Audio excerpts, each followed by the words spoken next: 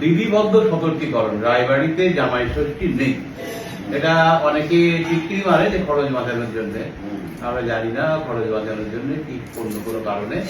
যাই হোক, আমাদের জামাইরা কখনো ওই বাড়িতে আসতে পারেনি, এমনি এসেছে অন্য সময়, কিন্তু এই উদ্দেশ্যে মিলিত হতে পারেনি।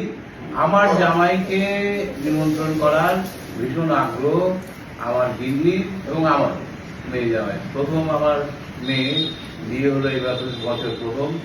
ফলে আমরা ওই বাটাটা দেবো না। আমি একটু আগে আমার শাশুড়ি মা আমাকে বাটা দিলেন এবং 30 বছর ধরে দিয়ে আসছেন, কিন্তু আমার মেয়ের প্রথম এটা আমরা বাটা দেবো না। এমনি একটু আনুষ্ঠানিক ভাবে সবাই একত্রিত হয়ে হইচই করা, খাওয়া দাওয়া, যেটা দিয়া বললো আর কি। অ্যাডভোকেট সাহেব উনি সব বিচার টিচার করে এটাই বলেছেন যে খাওয়া দাওয়াটা থাকবে। সুতরাং আমাদের খাওয়া দাওয়া হবে। এই পর্যন্ত শেষ। হাততালি দাও সবাই, জোরে জোরে হাততালি। ঠিক আছে, অনেক বেলা হয়েছে, এবার খেয়ে নাও। হ্যাঁ, ঠিক আছে, নাও। আশীর্বাদ দাও। হ্যাঁ, এবার করে নি আশীর্বাদ। আমি